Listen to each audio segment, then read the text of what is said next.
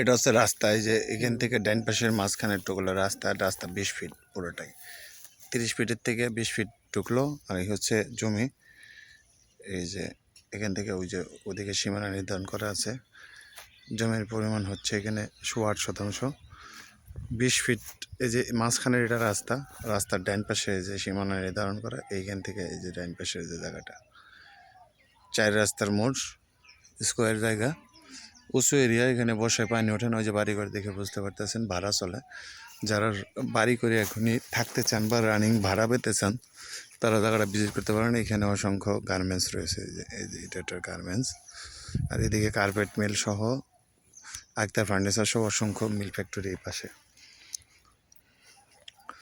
এগুলো সব এই যে সব এটা হাউজিং সোসাইটি।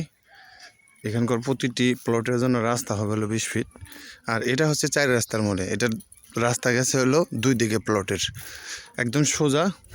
এদিকে গেছে হলো সোজা গেল হলো একবারে ওই ওয়াল পর্যন্ত 20 ফিট।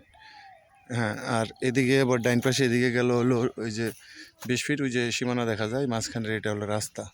এই যে মাঝখানের রাস্তা, এই যে সীমানার ডাইন পাশের থেকে হলো প্লট, বাম পাশেরটা হলো এই যে ছাগল দেখা যায়, এটা 20 ফিটের রাস্তা। আবার এইদিকে সোজা গেল আবার 20 ফিট, ওই যে লোকটা আসতেছে 20 ফিট। তাহলে একদম এদিকেও 20 ফিট, 4 রাস্তার মোড়ে 8% জায়গা, উঁচু এরিয়া।